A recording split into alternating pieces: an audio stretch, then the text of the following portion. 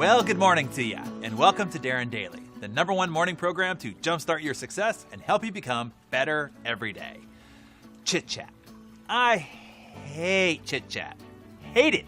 I know I'm definitely an overly intense person. I want to be engaged in something that is meaningful and on purpose at all times, even when I am quote-unquote off and not working. To sit around and shoot the, and talk about the weather, football scores, politics you can't do anything about, or the latest celebrity gossip pains me beyond belief. First of all, I don't care about any of it, follow any of it, thus don't have anything to say about it. Ask my wife. If a conversation goes shallow, I'll just walk away. I'll go into the other room. I'll start reading a book or find something else more productive to do. I have the nickname of Houdini because often I'll quietly excuse myself from a group of people and go to the bathroom, I call it, and never come back. I've left parties, Ubered home, and texted my friends from home that I had left. And while this might surprise you, I'm actually an introvert of sorts. So social chit-chatting is not only uninteresting to me, it's draining, and frankly, I'm not naturally that good at it. When I know I'm going into chit-chat terrain, like holiday parties and family functions, I have to gear myself up and review my chit-chat strategy. Yes, I need a strategy for it. I got to get into chit-chat game time mindset. So here's what I know for sure. Number 1, people like to talk about themselves, a la how to win friends and influence people. This is a good thing for me because here's another thing that might surprise you. I really don't like talking about myself or what's going on in my life.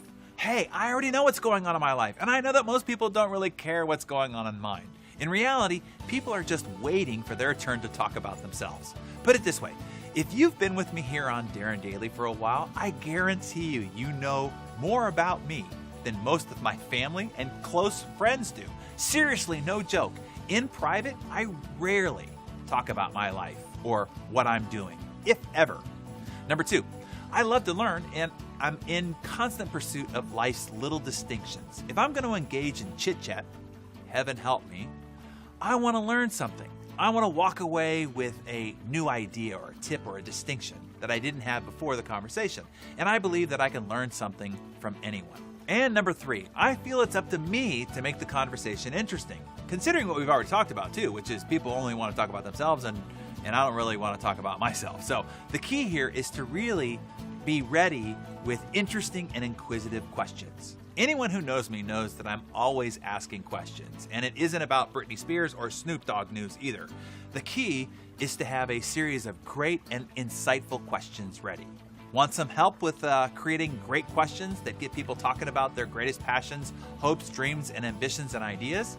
If so, I will now give you my on-purpose chit-chat formula. In my head, this is the formula that I use to organize and keep questions coming. It's the acronym FORM. F for family and friends, O for occupation, R for recreation, and M for money or meaning. Another tip is this. Ask specific and insightful questions, not ones that could be answered with fine or good. Here's what's not good.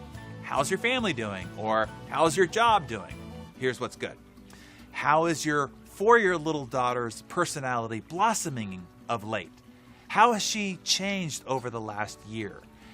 What about her personality has surprised you the most? Or, what adjustments have you made to your business the past year because of the economy? What worked and what didn't? Looking back, what do you wish you would have done differently? Think about who you're going to be engaging with and arm yourself with insightful and interesting questions in advance of stepping onto the front lines of chit-chat theater. The result? As Dale Carnegie said, you will be revered as a great conversationalist, even though ironically you won't be doing any of the talking. Your chit-chat companion will feel fabulously enriched as they got to talk about the things they love the most, themselves, their life, and their observations.